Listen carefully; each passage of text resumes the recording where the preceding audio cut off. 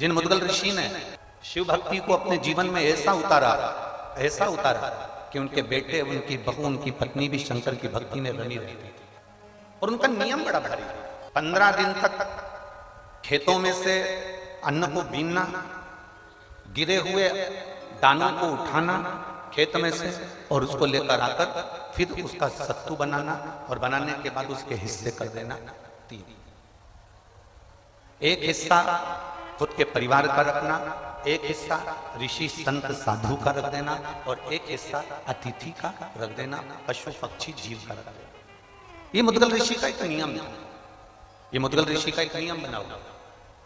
अब 15-15 दिन में जो इकट्ठा होता था उसको 3-3 दिन में थोड़ा सा भोजन करते थे। 3 दिन का नियम था, 3 दिन में ही केवल अन्न का भाग ग्रहण करते थे मुद्गल बाबा। 3 दिन। एक बार कुरुक्षेत्र की पवित्र भूमि पर अकाल पड़ गया और आसपास सब दूर सूखा पड़ गया, कोई अन्न का दाना नहीं मिला, कई महीने निकल गए, ना स्वयं को कोई अन्न का दाना मिलता है, ना उनकी धर्म पत्नी को कोई अन्न का दाना मिलता है, ना बेटे को मिलता है, ना बहू को मिलता है। मुद्गल ऋषि कई महीने निकल गए पर अन्न का कोई दाना नहीं मिला। अपनी भक्ति में रमे हुए हैं, भगवान का गुणगान कर रहे हैं, शिव नाम का जाप कर रहे हैं, भगवान की भक्ति में डूबे हुए हैं, भगवत नाम का स्मरण कर रहे हैं, दिन भर बैठकर भगवत चर्चा कर रहे हैं, उसके सिवाय कुछ नहीं। पिता शंकर का जाप करेगा ना तो चल जाएगा। पत्नी पति के पीछे चलती है, इसलिए पति को जाप करता हुआ देखेगी ना तो शंकर की भक्ति में डूब जाएगी, चल जाएगा। बेटा अपने माँ बाप को भक्ति में डूबा हुआ देखेंगे ना तो भक्ति करेंगे तो चल जाएगा, पर बहू जो दूसरे के घर से आती है उसको 3 महीने तक लगातार एक अन्न का निवाला ना मिले तो चलेगा? जम के तो बोलो चलेगा? एक अन्न का दाना बहू के मुख में ना, एक अन्न का। और 3 महीने जब निकल गए, 3 महीने के बाद फिर सोचा कि अब जाता हूं, किसी खेत में से कोई बीजे मिल जाएंगे, किसी खेत में से कोई अन्न का दाना मिल जाएगा तो उसको लेकर आता हूं। और खेत में गए, अन्न का दाना थोड़ा सा मिल गया, मिलने के बाद थोड़ा सा सत्तू तैयार भी हो गया। सत्तू तैयार भी हो गया तो सत्तू के फिर 3 हिस्से कर दिए और 3 हिस्से करके उसमें से थोड़ा सा, एक भाग जरा सा मिला था, उस भाग में से भी एक भाग पत्नी को दे दिया, एक भाग बेटे को दे दिया, एक भाग बहू को दे दिया और एक भाग खुद लेकर गए। खुद 2 हिस्से अलग निकाल दिए, 2 हिस्से अलग दे दिए। पशुपतिनाथ का व्रत करते हो तो कितने हिस्से करते हो प्रसाद का? कितने मंदिर में देते हो? अपने लिए कितना लेकर आते हो? अब तुम अपने लिए तो 1 लेकर आए हो, पर उसमें पशुपति व्रत में तो ये वर्णन है कि वो हिस्सा भी तुम्हारे को किसी को देना नहीं है। पर मुद्गल बाबा जो व्रत कर रहे हैं, मुद्गल बाबा जो व्रत धारण करे हैं, मुद्गल ऋषि जो व्रत धारण करे हैं, उसमें से 2 हिस्से एक अतिथि के लिए, एक ऋषिवर के लिए, साधु के लिए, सन्यासी के लिए, जीव के लिए, जलचर थलचर वायुचर के लिए रख दिया। एक हिस्सा मुद्गल ऋषि ने अपने पास में रखा और उस हिस्से में से भी एक भाग पत्नी को, एक भाग अपने बेटे को, एक भाग अपनी बहू को दे दिया। और इतना सब सत्तू का भाग लेकर बैठे ही थे और हाथ में जल लिया ही था और प्रसाद पाने ही वाले थे। इतनी देर में शिव तो शिव है, शंकर तो शंकर है, ओघड़ी तो ओघड़ी है। शिव दयालु तो शिव दयालु है। और मेरा भोलेनाथ का एक अंश दुर्वासा ऋषि, मेरे शिव के अंश दुर्वासा बाबा उनके दरवाजे पर पहुंच गए। आवाज लगाई, ऋषिवर ऋषिवर, ए ऋषिवर। मुद्गल ऋषि के कानों में शब्द गया, आसन को छोड़ा, प्रसाद को छोड़ा, बाहर गए। कौन आया? दर्शन किए तो दुर्वासा बाबा थे, दुर्वासा ऋषि थे। हाथ जोड़कर निवेदन करा, दुर्वासा बाबा आप आइए, आसन लो, बैठो। बैठाया। आज कैसे आना हुआ?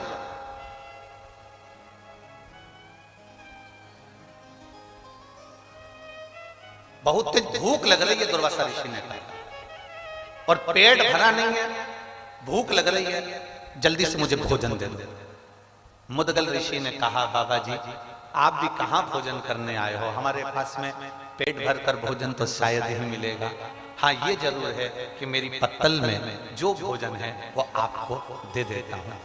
3 महीने के बाद में जो भोजन मिला था वो उठाकर मुदगल ऋषि ने दुर्वासा बाबा को, जो शंकर के भगवान शंकर के जो अंश अवतार हैं, ऐसे दुर्वासा ऋषि को दे दिया। अब दुर्वासा ऋषि ने वो सब कुछ खा लिया। खाने के बाद बोले भूख बहुत लग रही है, बहुत। अब मुदगल ऋषि किसको कहे? पत्नी ने सुन ली, और धर्म पत्नी तो धर्म पत्नी होती है। आज के जमाने की होती तो इतनी देर में निपटा जाए। मुदगल ऋषि की धर्म पत्नी ने तुरंत अपनी पत्तल को अपने पति के हाथ में दे दिया और पति से कहा, स्वामी ये लीजिए और ये गुरुवर को दे दीजिए, वो इस प्रसाद को खा ले। पति अपनी पत्नी को देख रहा है, मुदगल ऋषि अपनी धर्म पत्नी को देख रहे हैं कि कितनी। आज मुदगल ऋषि को यह आश्चर्य नहीं हो रहा कि ये मेरी पत्नी है। आज मुदगल ऋषि को यह आश्चर्य नहीं हो रहा कि मेरे घर की बहू है। आज मुदगल ऋषि को यह आश्चर्य हो रहा है कि इसके माता पिता के संस्कार कितने प्रबल होंगे जिसने इसको जन्म दिया।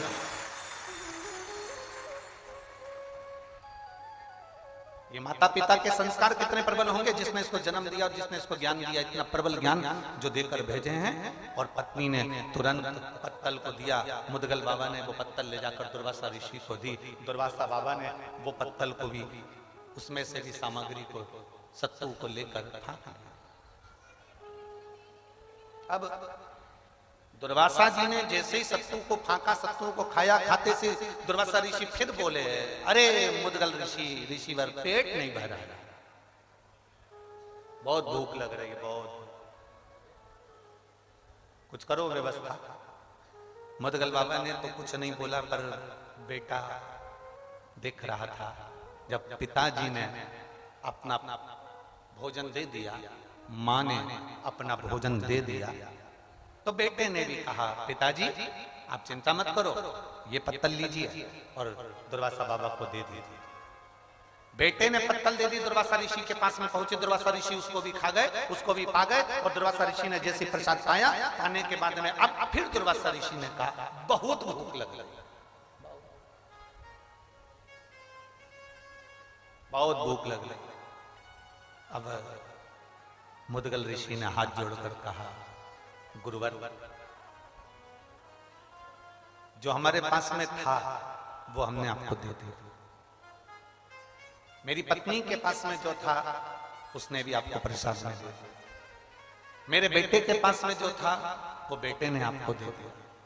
पर मुदगल ऋषि तो कह रहे थे और दुर्वासा जी नैनों से इशारा कर रहे थे कि बहू के पास है, अभी प्रसाद रखा। परीक्षा कैसी लेता है भोलेनाथ? हमने पहले भी कथा में कहा, दुख जब भी आता है ना, तुमको निखारने के लिए आता है। तकलीफ जब भी मिलती है ना, तुमको अच्छा बनाने के लिए मिलती है। हमने पहले कथा में कहा, एक रेस का घोड़ा रेस में खड़ा होता है, उसका मालिक उस पर बैठ जाता है। घोड़े को नहीं मालूम कि मुझे रेस में खड़ा करा है, घोड़े को नहीं मालूम कि मुझे दौड़ना है, घोड़े को नहीं मालूम कि मुझे रेस में जीतना है। बस घोड़ा खड़ा है और मालिक उस पर बैठकर कोड़े से कोड़ा मारते जाता है, पिन चुभाते जाता है, मारता है, पिन चुभाता है, मारता है, पिन चुभाता है। घोड़े को बहुत तकलीफ होती है और इतनी तकलीफ घोड़े को होती है कि घोड़ा भागता है, इतना भागता है, दुनिया ताली बजाती है इसलिए कि घोड़ा आगे निकल रहा है। पर घोड़े से पूछा जाए कि तू भाग क्यों रहा है, तो घोड़े को समझ में आता है कि मुझे कष्ट इतना मिल रहा है कि मुझे दौड़ना पड़ रहा है। वो कष्ट के कारण वो दौड़ रहा है, वो कष्ट में इतना दौड़ा, इतना दौड़ा, इतना दौड़ा कि आखिरी में वो घोड़ा पहले नंबर पर आ गया, रेस में जीत गया। दुनिया ने सोचा कि रेस घोड़ा जीता है, पर घोड़े से पूछो वो रेस नहीं जीता है। घोड़े को तो जो मार पड़ रही थी, जो कष्ट मिल रहा था, जो तकलीफ आ रही थी, घोड़ा उस तकलीफ को झेलकर दौड़ रहा था, अपने कष्ट के कारण दौड़ रहा था, इतना दौड़ा कि आगे निकल गया और रेस में जीत गया। उसी तरह मेरा भोले बाबा जब तुम्हें दुख देता है, तकलीफ देता है, कष्ट देता है, तो समझ लेना तुम रेस के घोड़े हो और तुम्हें आगे निकालना है, इसलिए दुख। तुम रेस के घोड़े हो, तुम्हें आगे निकालना है, इसलिए वो कष्ट दे रहा है। तुम रेस के घोड़े हो, तुम्हें आगे ले जाना है, इसलिए वो तकलीफ दे रहा है। तुम रेस के घोड़े हो, तुम्हें दुनिया से अग्रण्य लेकर जाना है, इसलिए वो तुम्हें कष्ट प्रदान कर रहा है। उसमें हमें दुखी नहीं होना, उसमें हमें कष्ट नहीं लेना। मुदगल ऋषि ने सोच लिया कि ये भोलेनाथ जी जो आए हैं, दुर्वासा ऋषि जो आए हैं, ये साधारण नहीं है। आज जो कष्ट मिल रहा है ना, पहले तो अपने भीतर एक बात उतार लो। ऋषि का दर्शन, गुरु का दर्शन, संत का दर्शन, साधु का दर्शन, तपस्वी का दर्शन, साधक का दर्शन, किसी भगवान के भक्त का दर्शन, नदी, तालाब, बावड़ी, कुआं, कोई समाधि, कोई मंदिर, कोई देवालय, कोई शिवालय का दर्शन यदि होता है अपनी जिंदगी में, तो ये अंदाजा लगा कर रखना कि हमारे पूर्व के कोई पुण्य बहुत ज्यादा प्रबल हो गए होंगे, जो आज हमें संतों का दर्शन हो जाए। साधु जन, गुरुजन, तपस्वी जन, साधक जन जो हमको मिल रहे हैं, जो उनका दर्शन हम कर रहे हैं, कोई हमारे पूर्व का पुण्य बहुत प्रबल हुआ होगा, हमारे पुण्य का प्रबलता बनी होगी, तो हमको दर्शन का फल मिला। एक बच्चा गुल्लक भरता है, भरते जाता, जब उसको गिफ्ट की जरूरत पड़ती है तब तोड़।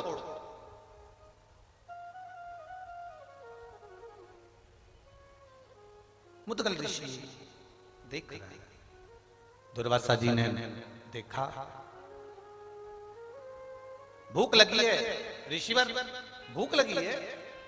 अब मुदगल ऋषि बोले कि प्रभु जो हमारे पास में था दे दे, अब हम क्या, भूख लगी। मुदगल ऋषि ने अपनी बहू की पत्तल पर देखा, बहू का मुख नहीं, बहू की पत्तल पर देखा। क्या देखा बहू की पत्तल पर? कि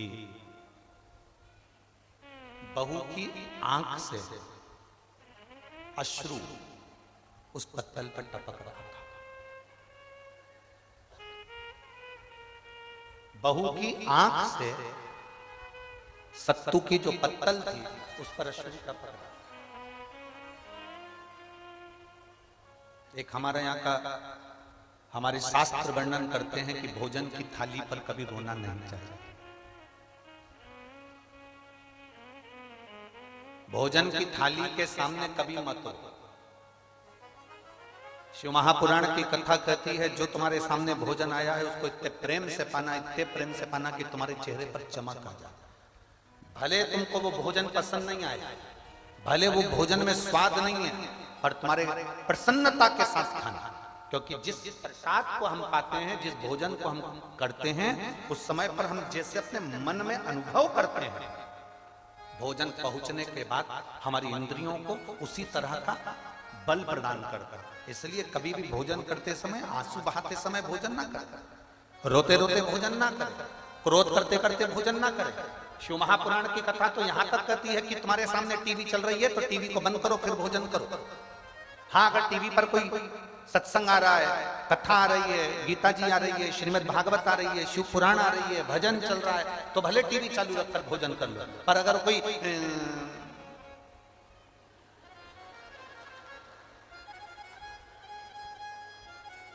भाभी जी घर पर है और तुम टीवी चालू कर कर भोजन कर रहे हो, और भोजन करते करते तुम्हारा ध्यान उस टीवी पर बना हुआ है, तो तुम्हारी इंद्रियों के लिए वो श्रेष्ठ नहीं, तुम्हारी इंद्रियों के लिए वो ठीक नहीं। भोजन करो, रोते हुए भोजन नहीं। भोजन का बहुत बड़ा प्रमाण है, बहुत बड़ा है। कोई हमारे भोजन करते समय हमारे सामने आ जाता है, घर पे आ जाता है। अब घर पर कोई भोजन करते समय आ गया तो तुम्हारे दो मन हो जाते हैं। एक मन से तो तुम कह रहे हो आओ साहब भोजन कर लो, और दूसरे मन से सोच रहे जाता क्यों नहीं। दो मन, एक मन से तो कह रहे हो कि भोजन कर लो, दूसरे मन से कह रहे हो कि जाता क्यों नहीं है। तो जो सामने बैठा है ना, सोफे पर, पलंग पर, कुर्सी पर, जमीन पर, उसके मन में ये प्रश्न खड़ा हो जाता है कि मैं रुकूं कि जाऊं। अब एक मन से तो तुम कह रहे हो भोजन कर लो, दूसरे मन से कह रहे हो कि जाता क्यों नहीं है। तो दो मन हो गए, वो दो मन में तुम खुद उलझ गए। अब उलझे ही हो कि मैंने भोजन का बोल दिया और अंदर जाके देखा भी नहीं, और इतनी देर में वो उसने कह दिया हाँ साहब मैं तो भोजन करूंगा, और वो बैठ भी गया। अब तुम अंदर जाओ, फिर जो जगदम्बा है, चंद्रघंटा है, कुष्मांडा है, फिर उसका जरा मुंह देखना।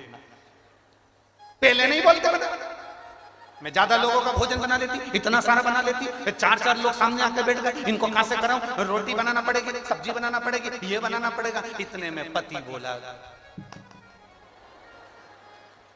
एक काम कर, मैं अपनी थाली उठा कर लाता हूं, उसमें जो जो रखा है तो वो दे दे। ए देवी थोड़ी देर चुप हो, तेरे हाथ जोड़। अब जो बाहर बैठा है ना वो भी उलझा हुआ है, खाऊं क्योंकि अंदर जितने हैं ना वो सब खिलाने के पक्ष में नहीं है, और जो खा रहा था तो वो तो झूठे मुंह तो बोलना ही पड़ेगा ना कि लो साहब भोजन करो साहब। तो मन इसका भी नहीं था, पर बोला है खाओ, और उसका मन था कि मैं खाऊं, अब वो भी उलझा था। वो इंद्रियों के लिए श्रेष्ठ नहीं, वो इंद्रियों के लिए ठीक नहीं। शिव कथा कहती है, मेरे भोले बाबा जब प्रसाद ग्रहण करने बैठते थे, आकड़िया की रोटी बनाई, काकड़िया की साग, और पर से माता पार्वती जी मावे भोलाना, मन शिव रटोरे, छोड़ दो कपट मन शिव रटोरे। आकड़िया की रोटी बनाई, काकड़िया की साग, आकड़िया की रोटी बनाई, काकड़िया की साग, पर से माता पार्वती जी, पर से माता पार्वती जी पावे भोलानाथ, मन शिव रटोरे, छोड़ दो कपट मन शिव रटोरे, मन शिव रटोरे, छोड़ दो कपट मन शिव रटोरे। भगवान शिव की कथा कर रही है। पार्वती जी जो बनाती, मेरे भोले बाबा उसको प्रेम से पाते, मेरे शंकर भगवान उसको प्रेम से ग्रहण करते। और महाराज लगन तुमसे लगा बैठे, जो होगा देखा जाएगा। एक बार जोरदार ताली बजाकर पूजी गुरुदेव।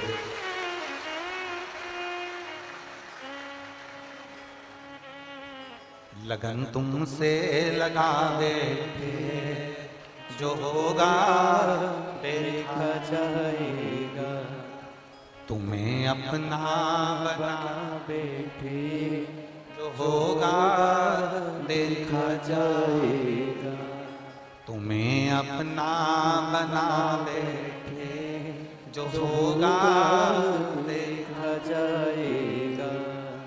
प्रीत बढ़ा। भोजन करते समय आंसू नहीं निकलना चाहिए, भोजन करते समय अश्रु ना निकले। अब आंसू टपके हैं तो फिर थोड़ा सोचने वाली बात है कि आंसू गिरे क्यों, अश्रु आए क्यों।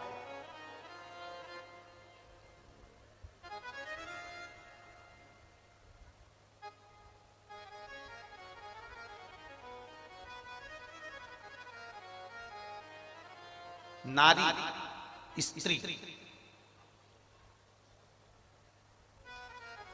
सबसे सुंदर और सबसे बलवान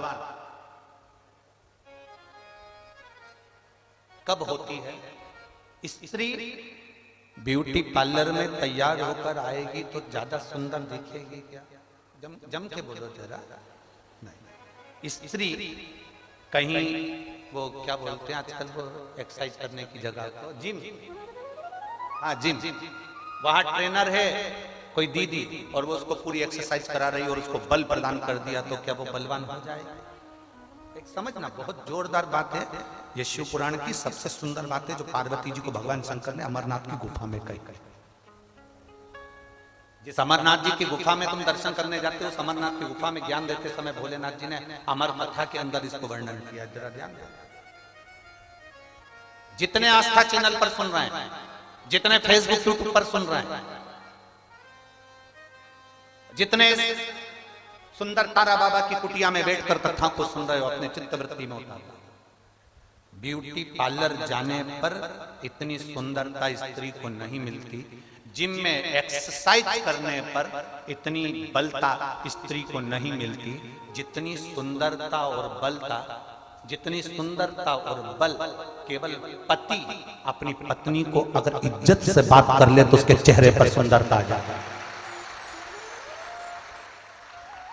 पति अपनी पत्नी से केवल इज्जत से बात कर ले, तरीके से बात कर ले, सम्मान से बात कर ले और उससे कह दे तुझे चिंता करने की जरूरत नहीं, मैं बैठा हूं, तो स्त्री में बल भी आ जाता है और उसकी सुंदरता भी बढ़ जाती है, उसको पार्लर से सुंदर हो जाता है। जितनी पार्लर में सुंदर नहीं हो सकती उतना बस पति इज्जत से बात करे, पति सम्मान से बात करे, पति सत्कार से बात करे, एक बार प्रेम से उससे बोल ले, स्त्री वैसी सुंदर दिखने लगती है। पर जब भी बोलता है ऐसा बोलता है जैसे कुएं में मेंढक ढड़ ढड़ बोले। एक छोटा सा पत्र किसी ने भेजा है, उस पत्र में कल के परिचय में था, उस पत्र में उसने लिखा, गुरुजी तुम उदाहरण बहुत बेकार देते हो, कभी तुम मेंढक बोल देते हो, कभी तुम मछली बोल देते हो, कभी छुपकली बोल देते हो, उदाहरण तो अच्छे था। अब हम उसको क्या बोले कि इतने उदाहरण देने के बाद भी तो तुम सुधरते नहीं। अब इतने उदाहरण दिए से तो सुधरो थोड़ा। अच्छा तुम खुद बोल दो, तुम्हारी सुंदरता पार्लर में जाकर हो सकती है क्या? जम के बोलना, हो सकती है? तुम्हारी सुंदरता कब बढ़ेगी? जब तुम्हारा पति तुम्हें इज्जत से बात करे, चार लोगों में सम्मानजनक बात करे, तो तुम्हारे चेहरे की चमक बढ़ जाती है। चेहरे की चमक। और मालूम पड़ा दोनों घूमने के लिए निकले हैं, दोनों चलो अपन दोनों घूम के आते हैं, दोनों गोवा घूमने के लिए गए और जाते से ऐसे झगड़े कि दोनों के मुंह देख लो तो होटल का वेटर भी सोच लेता है इंडिया और पाकिस्तान का मेल हमारे गोवा में हुआ है। चेहरे से पहचान जाता है,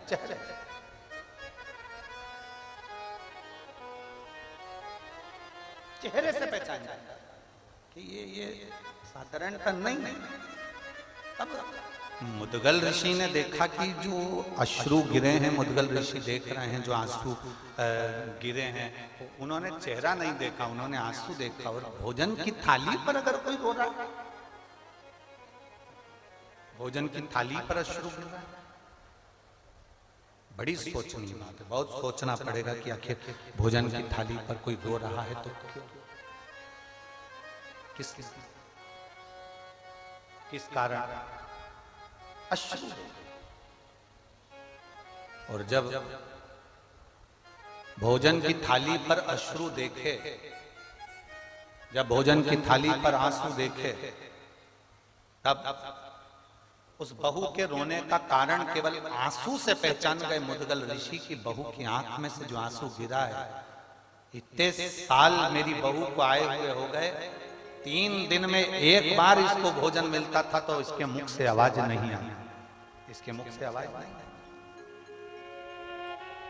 3 महीने में भोजन मिला तो इसके मुख से आवाज नहीं आई, भूखी रही तो इसके मुख से आवाज नहीं आई।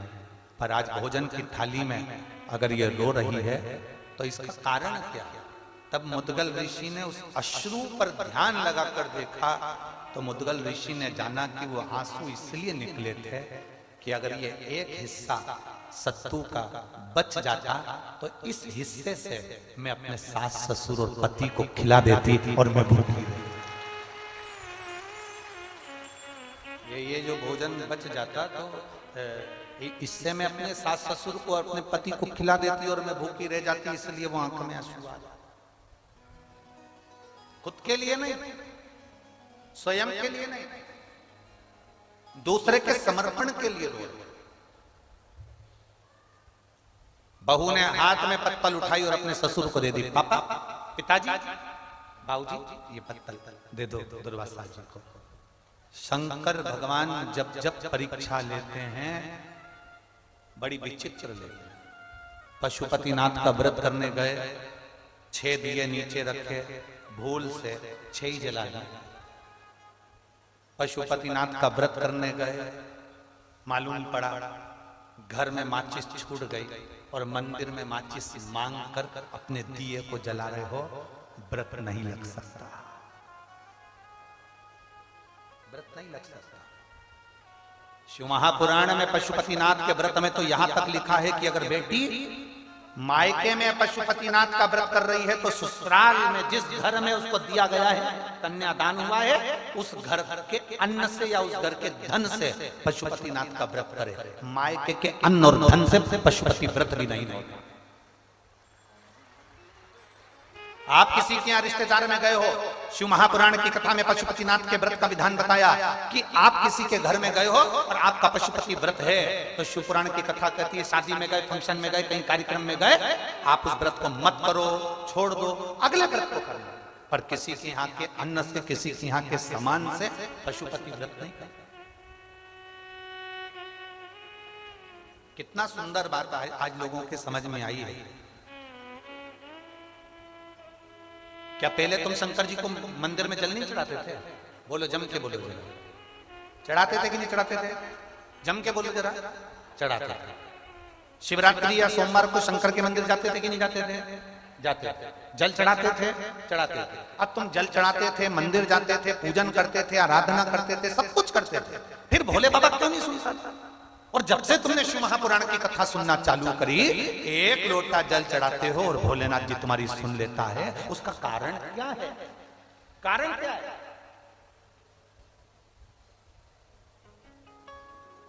क्या कारण है कि भोलेनाथ जी तुम्हारे 1 लोटे जल से प्रसन्न होने लगे? क्या कारण है कि शंकर भगवान तुम्हारे 1 लोटे जल से प्रसन्न होकर तुम्हें वर देने लगे? क्या कारण है कि शंकर भगवान पे चढ़ी हुई बेलपत्र खाने से औषधि होने लगी? उसका कारण क्या? कारण केवल एक है। अभी तक तुम जो जल चढ़ाते थे, मंदिर का लोटा उठाकर मंदिर का ही पानी भरकर शंकर जी को चढ़ा देते थे। अब अपना लोटा, अपना पानी अपने घर से लेकर जाते हो, अपना समर्पित करते हो, तो बाबा भी तुमको खूब प्रदान करेंगे। अपना तुम अपना दे रहे हो ना।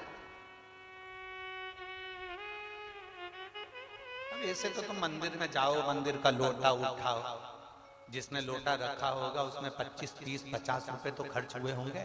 बोलो तो जरा जम के। वहां का पानी भरते होगे तो वो जो खड्डा खोदा होगा, बोर लगाया होगा, कुआं खोदा होगा, बावड़ी खोदी होगी, किसी ने तो पैसा खर्च करा होगा। जरा जम के बोलो। अब पानी भी किसी दूसरे का, लोटा भी किसी दूसरे का, और तुमने उठाया और ले जाके 2-4 लोटा कुंडेल दिया और सिर पे पल्लू लेके हर हर महादेव। महादेव समझ गए पक्की बेवकूफ बना रही है। इससे फल नहीं है, इससे आनंद नहीं।